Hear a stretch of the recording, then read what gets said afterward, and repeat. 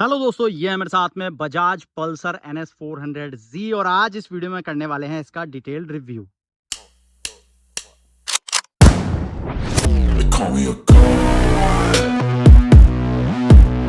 Bike चलने में कैसी है, कैसी परफॉर्मेंस है, लुक्स वगैरह कैसी है, जिस प्राइस पॉइंट पर आती है, क्या एक अच्छा ऑप्शन है या नहीं, सारी बात करेंगे इस वीडियो में।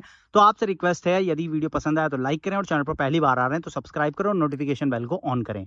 सबसे पहले बात करते हैं इस बाइक के लुक्स एंड डिजाइन के साथ में। अब देखो, looks and design person to person depend करता है। हो सकता है आपको NS 400Z जो है बहुत ज्यादा पसंद आए, या फिर ऐसा हो सकता है कि आपको ये लुक्स एंड डिजाइन उतने ज्यादा पसंद ना आए। हाँ, डिजाइन एलिमेंट की अगर मैं बात करूं तो जो पीछे पूरा टेल सेक्शन है वो आपने ऑलरेडी देखा हुआ है NS 200 के अंदर, वही कंपनी ने यूज किया है। मेजर जो चेंज आपको फ्रंट में नजर आएगा, जहां पर ये नया हेडलाइट यूनिट जो है वो इस्तेमाल किया गया है। अब इसके साथ भी लोगों के मिक्स ओपिनियन है। कुछ लोगों को ये बड़ा DRL पार्ट जो है बहुत अच्छा लगता है, लेकिन कुछ लोगों को पसंद नहीं आ रहा है। और बीच में आपको by functional LED projector headlight मिलता है। मुझसे पूछोगे तो मुझे काफ़ी अच्छा नज़र आ रहा है। जब बाइक दूर से चल के आती है तो ये DRL वाला जो पार्ट है काफ़ी अच्छा दिखता है और ये रोशनी भी काफ़ी अच्छी देता है। तो दिखने में मुझे पर्सनली काफ़ी अच्छा लग रहा है। आपको कैसे लग रहा है आप बता सकते हो। बाकी LED ब्लिंकर्स आपको मिलते हैं, हजार्ड का फंक्शन मिलता है, तो चारों इंडिकेटर्स आप एक साथ इस्तेमाल कर सकते हो। और फ्रंट में अगर आप देखोगे तो गोल्डन कलर के USD सस्पेंशन का इस्तेमाल किया गया है और 320 mm का आपको फ्रंट में डिस्क ब्रेक मिलता है 17 इंच के अलॉय के साथ में, जहां पर 110 सेक्शन का फ्रंट में टायर दिया गया है। फ्यूल टैंक वगैरह की बात करूं तो ये 12 लीटर का ही आपको मिलेगा और टैंक एक्सटेंशंस आपको बड़े मिलते हैं। टैंक तो NS 200 वाला ही है, लेकिन टैंक एक्सटेंशंस वगैरह को चेंज किया है और नीचे क्योंकि यहाँ पर रेडिएटर काफ़ी बड़ा दिया गया है तो उसकी वजह से यहाँ पर चौड़ाई जो है वो इसकी काफ़ी बढ़ जाती है। और ओवरऑल अगर आप देखोगे तो बाइक दिखने में फिर यहाँ से बल्कियर लुक आपको देती हुई नजर आएगी।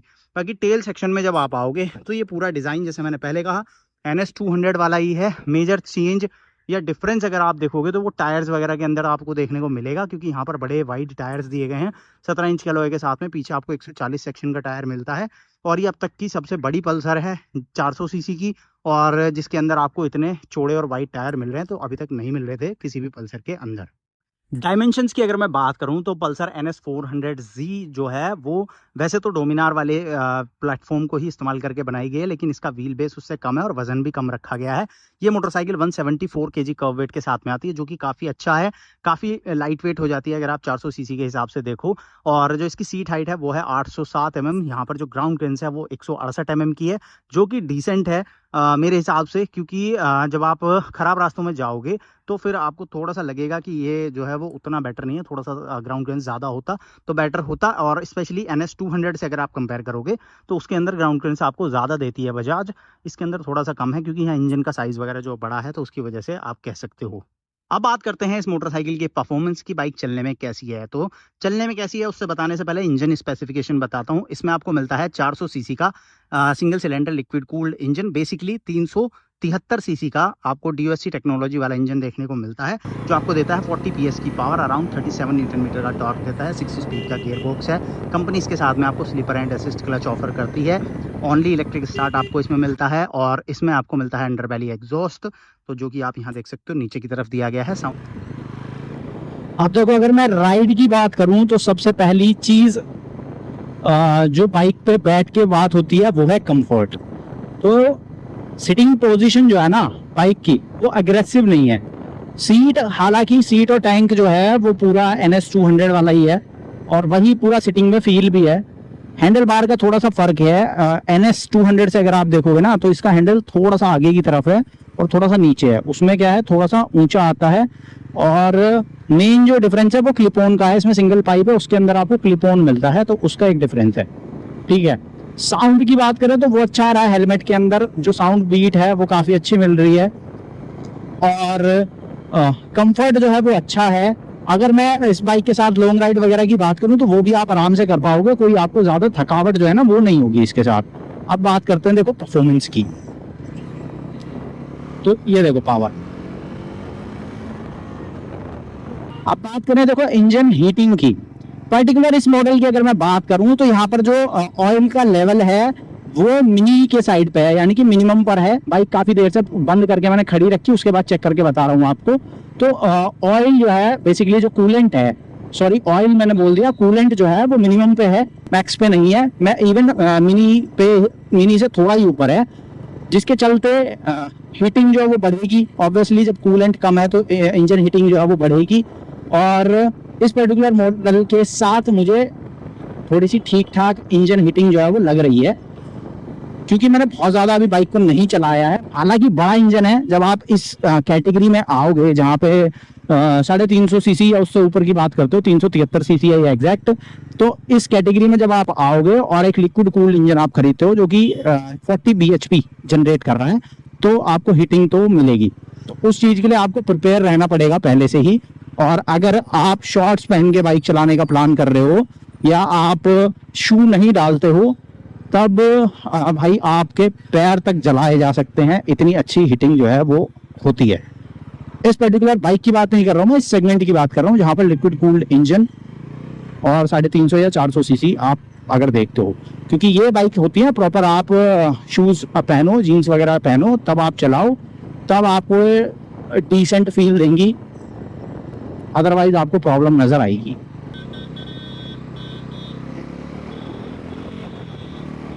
भाई यार हैंडलिंग वगैरह की बात करूँ ना तो वो ज़बरदस्त है। जिस चीज़ के लिए पल्सर जानी जाती है, स्पोर्टी कैरेक्टर, स्पोर्टी एलिमेंट, वो आपको इसमें मिलता है भाई। हैंडलिंग जबरदस्त है बाइक की, कंट्रोल आपका ऐसा है कि आप एकदम फील करोगे कि सब कुछ जो चल रहा है ना आपके साथ, वो आपके कंट्रोल में है। ये बाइक आपको राइड बाय वायर के साथ में मिलती है और पहली ऐसी पल्सर है जिसके अंदर प्रॉपर आपको राइडिंग मोड्स दिए गए हैं। इससे पहले N250 वगैरह में ABS मोड्स तो आ गए थे, लेकिन इसके अंदर प्रॉपर राइड मोड है। 4 मोड के साथ में आती है, जिसमें कि रोड, ऑफ रोड, रेन और स्पोर्ट्स आपको मिलता है। और जहाँ पर ऑफ रोड मोड में अगर आप बाइक चलाओगे तो सिंगल चैनल ABS ऑन रहेगा और बाकी मोड्स में आपका डुअल चैनल ABS जो है वो अच्छे से काम करता हुआ आपको नज़र आएगा। हर मोड के अंदर परफॉर्मेंस में भी आपको डिफरेंस नज़र आएगा। जिस प्राइस पॉइंट पे ये बाइक है उसके हिसाब से अगर आप सारी चीज़ें कैलकुलेट करके देखते हो तो इंडियन मार्केट के हिसाब से काफ़ी अच्छा ऑप्शन इंडियन मार्केट में है। अब कुछ चीज़ें अगर देखोगे इस बाइक के साथ में तो काफ़ी अच्छी नज़र आएंगी, जैसे कि राइडर कंफर्ट आपको काफ़ी अच्छा मिलेगा। स्प्लिट सीट सेटअप है, लेकिन पिलियन सीट बहुत ज़्यादा ऊंची नहीं है और सीट हाइट भी जो है वो डिसेंट है, जिसकी वजह से शॉर्ट हाइट राइडर भी इसको आराम से चला सकते हैं, उन्हें भी कोई प्रॉब्लम नहीं आएगी। और जो सिटिंग पोजीशन बनती है वो बहुत ज़्यादा अग्रेसिव नहीं है। तो अगर आप एक ऐसी बाइक लेना चाह रहे हो जो कि सिटी में आपको अच्छी परफॉर्मेंस दे, लेकिन जिसके साथ आपको हाईवे राइड्स वगैरह भी करनी है, तो वहाँ पर पल्सर NS 400G आपको अच्छा सपोर्ट करेगी। कोई प्रॉब्लम आपको इस बाइक के साथ में नज़र नहीं आएगी। और मोस्टली अगर आपके साथ पिलियन भी होना है तब भी आप इस बाइक को कंसिडर कर सकते हो, क्योंकि पिलियन सीट की जो हाइट है वो बहुत ज़्यादा नहीं है और सीट के अंदर आपको स्पेस भी डिसेंट मिलता है, स्प्लिट ग्रैब हैंडल्स वगैरह आपको मिलते हैं, तो पिलियन भी इसके साथ कंफर्टेबल रहेगा, वो आपसे ज़्यादा शिकायतें नहीं करने वाला है। बाकी कंफर्ट की अगर बात हो रही है तो बात कर लें सस्पेंशन की। फ्रंट में आपको गोल्डन कलर के USD सस्पेंशन मिलते हैं, रियर के अंदर आपको मोनोशॉक सस्पेंशन मिलता है, एडजस्टमेंट के साथ आता है। अभी फिलहाल जब मैं बाइक को चला रहा हूं तो ये थोड़ा सा स्टीफर साइड पर मुझे फील दे रहे हैं, स्पेशली जो पीछे का सस्पेंशन है वो थोड़ा सा स्टीफर साइड पे है। तो जब मैं ब्रेकर वगैरह से निकालता हूं या खराब रास्तों से बाइक को निकाल रहा हूं तो मुझे जो है पीछे का सस्पेंशन थोड़ा सा स्टिफ नज़र आ रहा है। हालांकि एडजस्टमेंट है, जब आप इसको एडजस्ट कराओगे तो आप इसको स्मूथ करा सकते हो, लेकिन बहुत ज़्यादा अगर आपका सस्पेंशन स्मूथ है तो उसके बाद फिर आपको ग्राउंड क्लियरेंस वाला प्रॉब्लम आ सकता है, क्योंकि 168 mm की ग्राउंड क्लियरेंस है। अगर बड़े ब्रेकर्स आते हैं, ज़्यादा खराब रास्तों में आप जाओगे तो फिर वहाँ एक डर रहेगा बाइक के नीचे टच होने का। तो ऐसे में सस्पेंशन आपको स्टिफर साइड पर ही रखना होगा और कंफर्ट और बेहतर हो सकता था। हालांकि ये पूरा मेरा पर्सनल ओपिनियन है। अगर आपने पल्सर NS 400G चलाई है या आप खरीद चुके हैं तो आपका कैसा एक्सपीरियंस है, आप मुझे कमेंट में बता सकते हैं। बात करें ब्रेकिंग सिस्टम की तो फ्रंट के अंदर आपको 320 mm का डिस्क ब्रेक मिलता है, रियर के अंदर 230 mm का डिस्क ब्रेक दिया गया है। बाइक के अंदर आपको डुअल चैनल ABS मिलता है और जैसे मैंने पहले कहा कि 4 राइडिंग मोड्स आते हैं, तो हर एक राइडिंग मोड के अंदर आपको ABS की परफॉर्मेंस में भी डिफरेंस मिलता है। और सबसे अच्छी जो परफॉर्मेंस है ब्रेकिंग की वो आपको स्पोर्ट्स मोड में मिलती है, जहां पर आपको इंजन की परफॉर्मेंस भी काफ़ी ज़बरदस्त मिलती है और ABS की परफॉर्मेंस भी काफ़ी ज़बरदस्त मिलती है। अब पल्सर NS 400G के फीचर्स की अगर मैं बात करूं तो देखो, इंजन और ब्रेकिंग वगैरह तो मैं आपको बता ही चुका हूं। कुछ एक खास चीज़ें इस बाइक में मिलती हैं, जैसे कि हज़ार्ड फीचर जो है पहली बार किसी पल्सर में आया है। अब इसके अंदर जो ये फीचर कंपनी ने इस्तेमाल किया है KTM वाला है, जहां पर आपके चारों इंडिकेटर जो हैं वो एक साथ तो काम करते रहेंगे, लेकिन अगर आप बाइक बंद कर देते हो, जैसे कि मैं आपको करके दिखाऊं, इस तरह से मैंने बाइक को बंद किया, चाबी मेरे पास है, लेकिन उसके बाद भी यहाँ अगर आप देखोगे तो हज़ार्ड जो है वो चलता रहेगा। ये इमरजेंसी कंडीशन के हिसाब से काफ़ी अच्छा फीचर है। और अगर आप यहाँ पे हज़ार्ड को बंद कर दो अब, तो ये बंद भी हो जाएगा। लेकिन अब वापस से ऑन अगर करना है तो मुझे फिर से चाबी का इस्तेमाल करना होगा, चाबी लगानी होगी तभी ये ऑन होगा। इसके अलावा यहाँ पर कुछ अच्छी चीज़ें आपको मिलती हैं, जैसे कि एडजस्टेबल लीवर्स आपको यहाँ पर दिए गए हैं, तो आप अपने हिसाब से एडजस्ट कर सकते हो। एक यहाँ पर USB चार्जिंग पोर्ट दिया गया है जो कि बिल्कुल मीटर के पास में है, तो अगर आप मोबाइल होल्डर वगैरह या डिवाइस होल्डर यहाँ पर लगाते हो हैंडल के पास तो ये काफ़ी पास में है, ये काफ़ी अच्छी चीज़ है। इसके अलावा यहाँ अगर आप देखोगे तो बजाज जो इल्यूमिनेटेड स्विचेस आपको देता है वो आपको इसमें भी मिलते हैं। और यहाँ पर फर्स्ट टाइम पल्सर के अंदर कलर डिस्प्ले का इस्तेमाल किया गया, फुल डिजिटल मीटर है जिसके अंदर मल्टीपल इन्फॉर्मेशंस आपको मिलेंगी। यहाँ पर आपको मोड्स वगैरह भी नज़र आ जाएंगे, यहाँ ऊपर RPM वगैरह है। लेकिन अगर ये आप ये वाला पार्ट देखोगे ना तो ये काफ़ी ज़्यादा बिजी आपको नज़र आएगा, मतलब बहुत सारी चीज़ें हैं जिनको इतने ही पार्ट के अंदर फिट करना था और सारी चीज़ें आपको एक ही बार में स्क्रीन पर देनी थी, इसलिए यहाँ पर बहुत सारी चीज़ें आपको एक साथ मिलती हैं जिनको आप टॉगल कर सकते हो। यहाँ से स्विच का इस्तेमाल अगर आप करोगे तो चीज़ें जो हैं वो आपको यहाँ बदलती हुई नज़र आएंगी। जैसे कि यहाँ व्हीकल इन्फॉर्मेशन में अगर आप देखोगे तो ब्लूटूथ वगैरह आपको नज़र आएगा, क्योंकि इसमें मोबाइल कनेक्टिविटी भी है, 10x10 navigation, caller ID, SMS alert जैसे फीचर्स भी आपको मिलते हैं इस बाइक के अंदर। तो तमाम जानकारियाँ आपको इस डिस्प्ले पर तो देखने को मिलेंगी। साथ ही आपको इसमें मिलता है ट्रैक्शन कंट्रोल सिस्टम जो कि आपको यहाँ पर नज़र आएगा, स्विचेबल है, अगर आप इसको ऑफ करना चाहें ऑफ भी कर सकते हैं, रेगुलर बाकी ऑन तो आपका रहेगा ही। इसके अलावा कुछ एक फीचर आप यहाँ पर मिस करोगे, जैसे कि क्विक शिफ्टर इसके अंदर नहीं आता है। लेकिन हाँ, जिस प्राइस पॉइंट पर बाइक आई है उसके हिसाब से काफ़ी ज़्यादा वैल्यू फॉर मनी ऑप्शन है, बहुत सारी अच्छी चीज़ें जो हैं वो बजाज ने आपको दी हैं।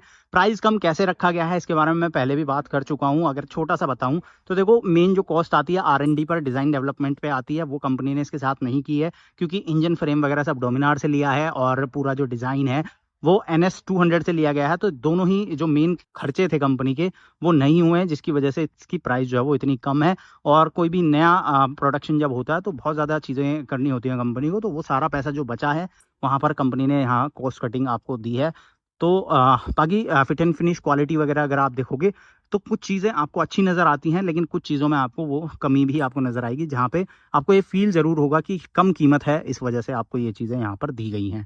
ओवरऑल अगर आप देखोगे तो 400 सीसी का इंजन, ज़बरदस्त परफॉर्मेंस और ये सारी चीज़ें मात्र 1,85,000 रुपये की एक शोरूम कीमत पर।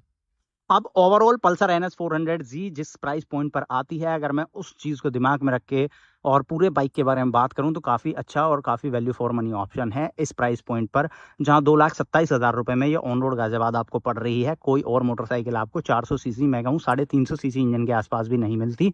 मोस्टली आपको यहाँ पर 250 सीसी की बाइक्स मिलती हैं। उसके बाद में बजाज का डीलरशिप नेटवर्क और सर्विस नेटवर्क भी काफ़ी बड़ा है, जिसके चलते इस बाइक की पार्ट अवेलेबिलिटी और सर्विस अवेलेबिलिटी के बारे में भी आपको ज़्यादा सोचने की ज़रूरत नहीं पड़ेगी।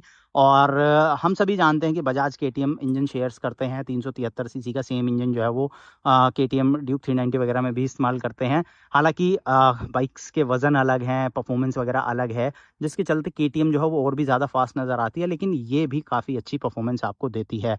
राइवल्स वगैरह से अगर आप बात करोगे तो कुछ मामलों में बाइक जो है वो काफ़ी पीछे भी रह जाती है, जिसके बारे में अगर आप जानना चाहते हो तो आप मुझे कमेंट में बताओ, फिर डिटेल्ड कंपैरिजन जो है वो उस पर हम लेकर आएंगे। ओवरऑल पल्सर NS 400Z के साथ मेरा कैसा एक्सपीरियंस था मैंने इस वीडियो में आपको बताया। आपको ये बाइक कैसी लगी, वीडियो कैसी लगी, आप मुझे कमेंट में बताओ। इसी तरह के डिटेल्ड न्यूज़, रिव्यूज़, कंपैरिजन्स, सारी चीज़ें आपको इस चैनल पर देखने को मिलती हैं, तो चैनल को सब्सक्राइब करो, नोटिफिकेशन बेल को ऑन करो और इस वीडियो को यहीं पर एंड करते हैं। जल्दी मिलेंगे एक और नई वीडियो के साथ में।